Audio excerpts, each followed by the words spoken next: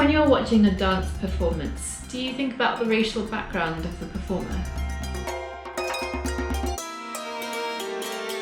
Welcome to the second episode of Akademi Chronicles, videos where we bring you objects and documents from Akademi's archives in order to take a deeper look at the history of South Asian dance in the UK. In this episode, I'll be considering the relationship between Indian classical dance and the politics of race. This is because in trying to understand the beginnings of Akademi, I came across newspaper clippings like this, which explain that the Commission for Racial Equality was the first to fund Akademi. This came as a surprise to me. Since when did dance fall under the remit of anti-discriminatory funding? What was the Commission for Racial Equality and what did it have to do with the arts, and where was the Arts Council? I found my answer in the Akademi archives. I want to show you this report, which is from 1983, and it covers an investigation by the CRE, or the Commission for Racial Equality, into the kind of support that was available, or rather not available, for ethnic art. It details the funding bodies that were being lobbied to give more money to ethnic art. The Arts Council of Great Britain, as it was known at the time, had been funding art since 1940. But as you can imagine, the recipients of that kind of funding were those that were widely recognised and appreciated as being British at the time. In this newspaper clipping, also found in the archives, it reveals that the Arts Council found itself in a bit of a controversy at the time. They seem to have used a picture of Thara Rajkumar on the front of their annual report of 1979 to 1980 without actually giving her any funding. Out of an expenditure of £63 million last year, the council allocated only £250,000 to ethnic arts activities. That's less than 0.4% of the Arts Council's total budget. Obviously, this is now not the case, and the Arts Council is a huge advocate for diversity in the arts, but it kind of sheds light on why. This is important for us because it reveals that the arts landscape in Britain in the 70s was largely made by white people for white people. Everything else was put into the category of ethnic art, which did exist, but it was marginalised to the peripheries.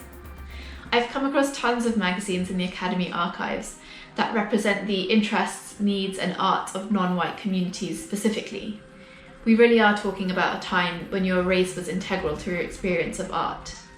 One of the magazines that I found is this one. I think it's pronounced Artish. It was published by the Minority Arts Advisory Service, who were a group that campaigned for ethnic arts. And in it they summarise what they saw as the main problems affecting ethnic arts at the time. And they said three things. First, that the ethnic arts were virtually unknown outside of their own communities. Number two, that the ethnic arts took exceptionally low place in any funding priorities. And number three, that they suffered from isolation, their own modesty and a lack of expertise. Britain woke up to these facts at the same time that it was waking up to racism. In 1976, a new Race Relations Act expanded the definition of racial discrimination for the first time to include indirect discrimination.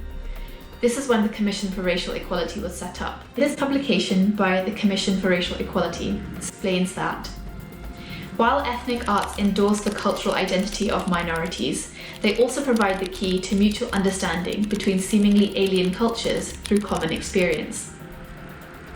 This idea that funding Indian dance would be a way to ease racial tensions and further peace. This is repeated across the literature that I've come across, and this is where Akademi comes in. It slowly becomes clear that a large part of Akademi's work was advocacy.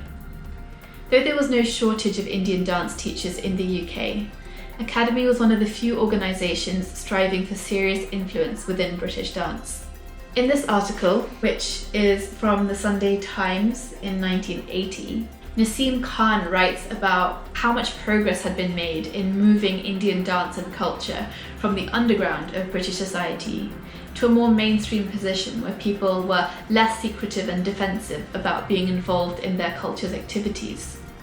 All of these efforts were about unmarginalising Indian culture and bringing it into mainstream infrastructure. So it begs the question, have we as Indian dancers and artists really escaped the margins? Is our idea of mainstream dance and us just a modern version of British art and ethnic art.